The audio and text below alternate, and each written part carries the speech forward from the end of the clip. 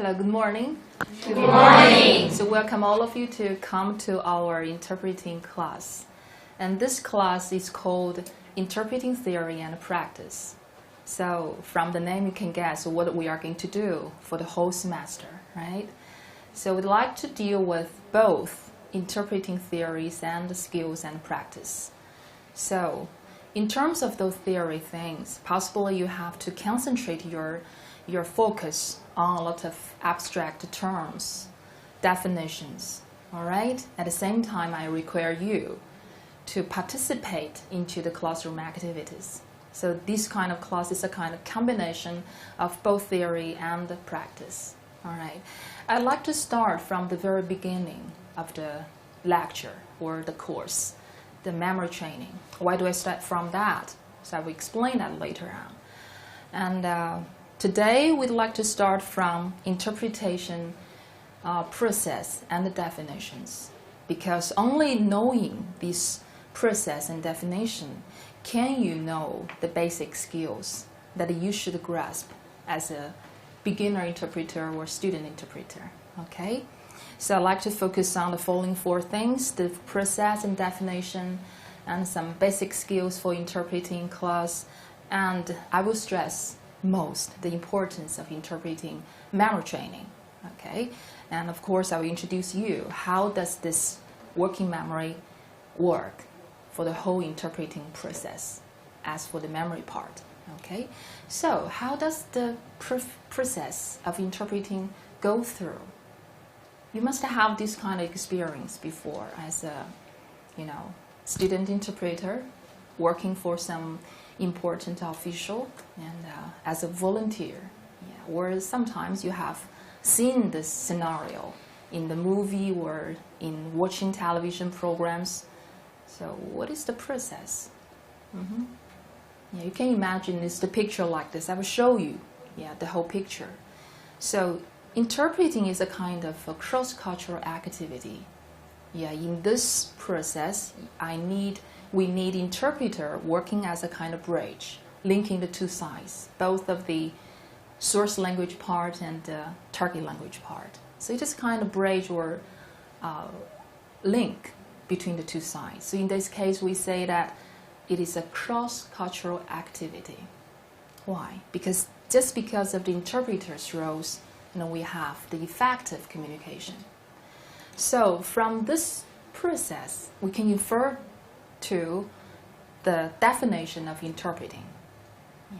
So we like to say the definition is like this: interpreting is such a kind of activity where or during this process, interpreter will obtain the information and understand the information, and through the logic analysis or reorganization of the messages, and produce messages in target language.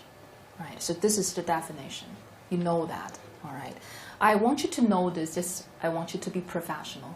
You are student interpreters. You need to know from the very beginning how does this theory can help you, right? So next, I would like to introduce some important or very commonly seen types of the interpreting. We have some CI, SI, or LI, or whispered interpreting. We have four basic kinds. I think you have known that, or because you have previewed your lesson, all right? So we have consecutive interpreting, simultaneous interpreting, liaison interpreting, and whispered interpreting. It's not difficult to understand, so I won't spend much time on this, all right? Why do I introduce that? I just want to remind you in what kind of situation, no matter what kind of situation you are in, the basic thing that you need to know, the basic steps for interpreting, So no matter what kind of types or what kind of you are doing CI or SI, whatever, I just want you to know the basic steps of interpreting. What are they? What are they? Do you listen to the passage or to some speeches? Yes. Yeah. After listening to that kind of passage, and what will you do? You will try to obtain information, and you have to reorganize the information or the message, and then you memorize these things and then produce it in target language. So that is the basic steps, yes. Okay, so from these steps, we can actually see very clearly that basic skills for interpreters to grasp. I think I have the following skills to introduce to you. The first one is listening skill. Yeah, you have to understand. Actually, many interpreters, when they feel difficult to do some interpreting job, the very basic or the very, the biggest barrier is that he or she cannot understand. So that is a very, very bad thing, or it's the problem. All right, so the listening skills is the first thing. And second is about some logic analysis. I need you to do that because I need you to have some logic analysis of the information, right? And next one is about memory training skill or memory skill. Of course, we have note-taking skill. Note-taking skill actually is related to memory skill because they are all memorizing information, right? And next one is about translating skills or even tactics. You know the difference between skills and tactics? Yeah. Skills is the kind of things that you train yourself and then you grasp the skill. But tactics sometimes, it's just that you do some impromptu interpreting and you have no preparation at all, but you have to deal with this, for example, proper names or something that you don't understand, but you have to go on with this interpreting job. So you have some coping tactics. Yes. So we say skills or tactics are different. Of course, we will spend some lectures later on in the later time of the semester to introduce that. And the last one is about the delivery skill. All right. So these are the skills that you must grasp as an interpreter. Right. And I'd like to start from memory training. Why? Because I will show you how important it is. Actually, you have, I just mentioned 7 skills, right? And I think the first 3 are very basic skills. First one is I mentioned listening skills, but I assume that you have grasped the skills before coming to this interpreting class. That is the job of the first year or first 2 years job. Okay, and now you're on your 3rd year studying in college or in the university, so I hope this is some basic, something that you have already finished, right? And next one is, we call it logic analysis. And this logic analysis, what I mean is you are trying to improve yourself all the time through the way in the study of interpreting. Yeah. And for memory training skill, this one is important, preliminary. Why? Because everything we start is from this. So I believe this is the systematic training in interpretation, the beginning of the systematic training of interpretation. That's why I would like to put memory training in the very first part of interpreting. All right? So how you can see that how important it is about the interpreting memory training skills. All right. Next, I would like to introduce to you about the working principle for the memory training. Why? Because if you want to memorize things, especially under such great pressure when you are in a real situation of interpreting activity, you need to know how does your memory work and how can you best improve the way in this working memory.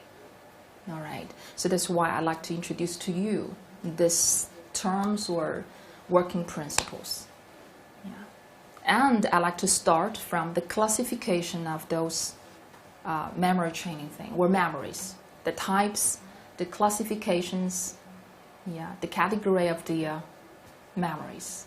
So we have basically 3 kinds of memories, namely sensory memory, short-term memory, and a long-term memory.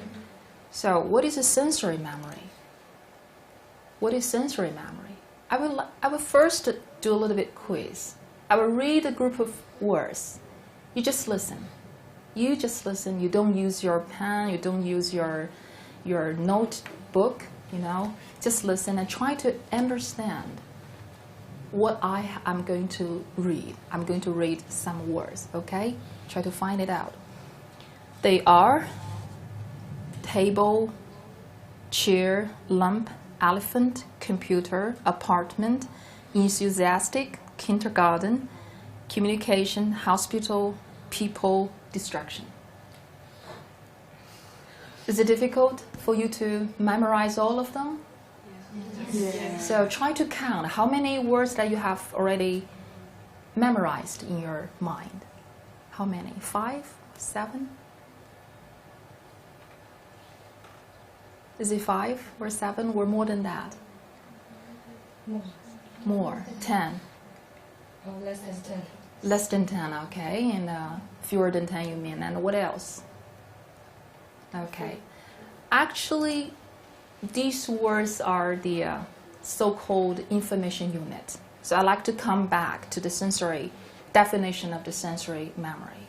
So first of all, sensory memory refers to the memory that you have after you observed or listened to a passage or a group of information.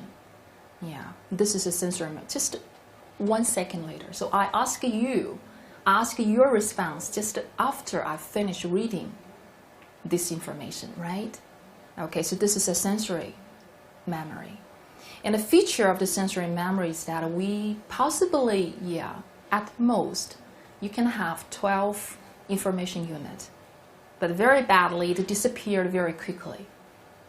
Yeah, so in this way, you cannot report to me that how many words that you have already heard. Is that true? Okay, so this is a sensory memory. It's not easy. Yeah, it's not easy. But let's see next. So what is a short-term memory?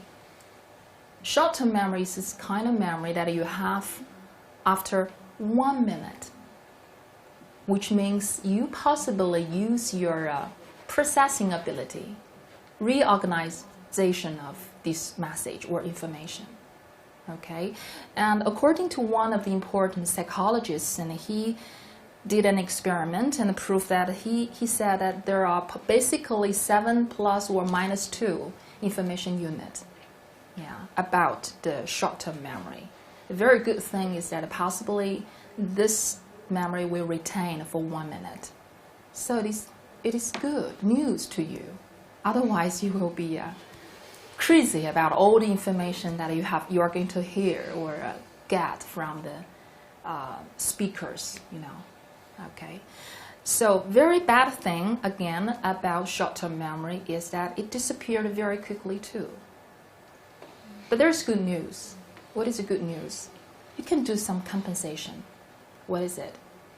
The compensation is that if you group these words, if you make every word meaningful, or every kind of things chunking meaningful, and then we say you can memorize it in a better way.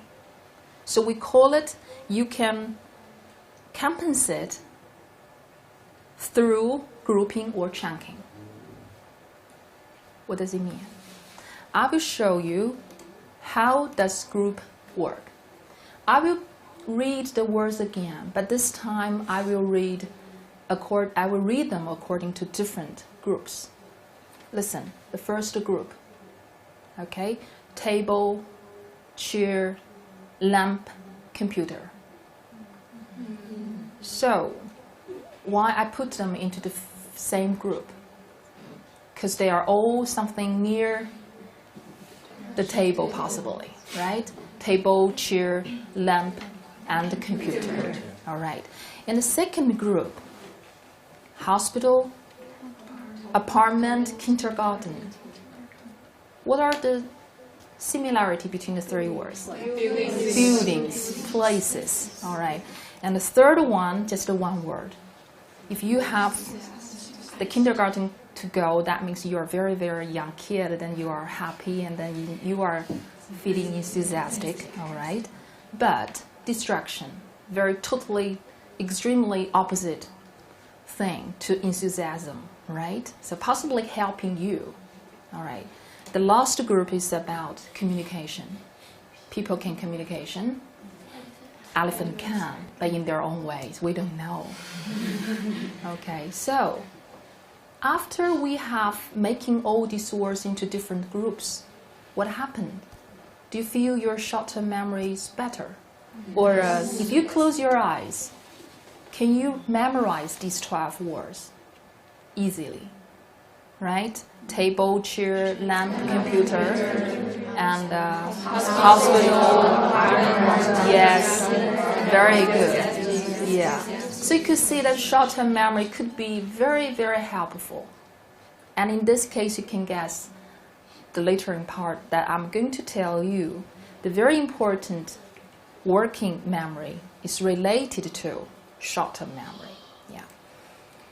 And again, I like to give you another quiz. So this is a long numbers. So just now, I give you 12 words, and I make them into different groups. And if I make these long numbers in different chunks, you know chunks? Yeah, one chunk, another chunk is a kind of a group of words, smaller one, but meaningful. Meaningful chunks. So, these are the numbers like what? ID card. Yes, you can guess this is ID card, right? So why ID card ID card number can be memorized? Why? Because you put these words into different meanings.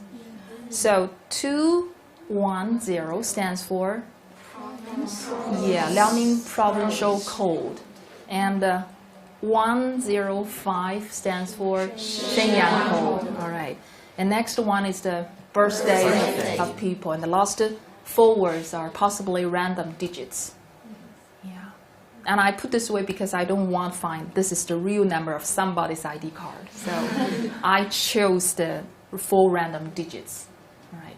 So that's the short-term memory works. And if this kind of memory can be strengthened or used again and again, and then it will become a so-called long-term memory. And that's why everybody can memorize your ID card, because you make these words into different chunks, and then they are meaningful. Okay, so this kind of meaning could be very, very helpful in working memory. Yes, and if we have all of these 3 kinds of memories memorized, and then you can know that short-term memory is very, very important. So I'd like to come to the summary part. Okay, and in this small lecture, we have already gone through the definition and the process of interpreting, because I want you to find out how important they are.